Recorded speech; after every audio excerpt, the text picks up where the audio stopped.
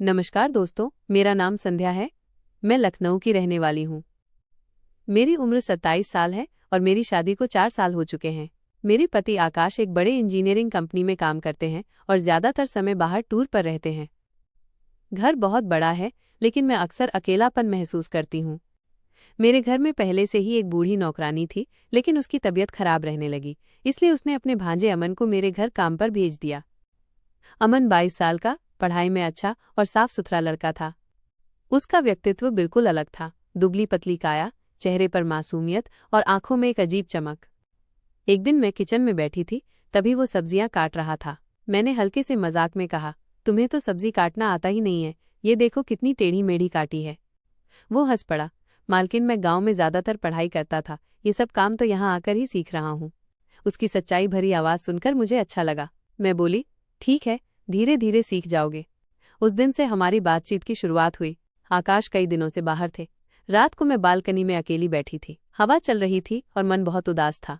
तभी अमन वहां पानी लेकर आया। उसने झिझकते हुए कहा, मालकिन, आप बहुत अकेली लग रही हैं। सब ठीक है? मैंने मुस्कुराकर कहा, हाँ, सब ठीक है, बस कभी कभी मन करता है कोई बातें करने वाला हो।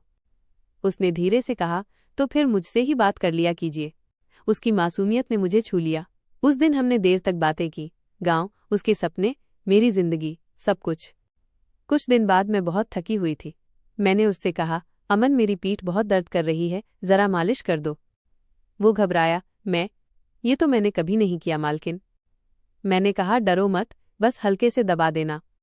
धीरे धीरे उसने मेरे कंधे दबाने शुरू किए। उसकी उंगलियों का स्पर्श मेरे तनमन में एक अजीब सी लहर पैदा कर रहा था। मुझे राहत भी मिल रही थी और मन में एक नया एहसास भी जाग रहा था। मैंने उसकी तरफ देखा तो उसकी आंखों में भी वही भाव था, लेकिन हमने कुछ नहीं कहा। दिन बीतते गए। अब मैं उसके साथ रसोई में बातें करने लगी, टीवी देखते हुए हंसने लगी। कई बार हम साथ बैठकर चाय पीते। एक दिन बारिश हो रही थी। मैं छत पर खड़ी होकर भीग रही थी। अचानक अमन भी ऊपर आ गया। मैंने हंसकर कहा, तुम भीग जाओगे, नीचे जाओ। वो बोला, अगर आप भीग सकती हैं तो मैं क्यों नहीं। फिर हम दोनों बारिश में भीगते रहे।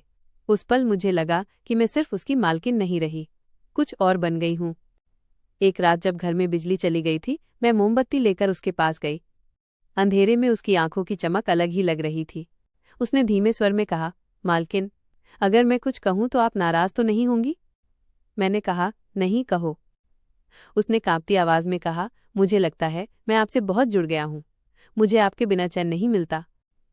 मेरे होठों पर मुस्कान आई, लेकिन दिल जोर जोर से धड़कने लगा। मैं बोली, अमन, मैं भी ये एहसास कई दिनों से कर रही हूँ। उस दिन हमने स्वीकार कर लिया कि हमारा रिश्ता अब सिर्फ मालिक नौकर का नहीं रहा, बल्कि दिल से दिल का रिश्ता बन चुका है।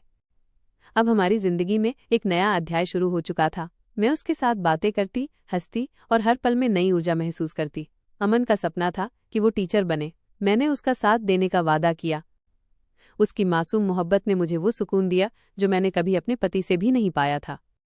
निष्कर्ष, प्यार का कोई बंधन नहीं होता, न उम्र, न रिश्ता, न समाज। वो बस दिल से दिल तक पहुंच जाता है। अमन और मेरे बीच का रिश्ता शायद समाज की नज़र में सही ना हो, लेकिन हमारे लिए ये सच्चा और पवित्र था। तो दोस्तों, ये थी आज की कहानी। ऐसी ही और कहानी सुनने के लिए चैनल को सब्सक्राइब करें।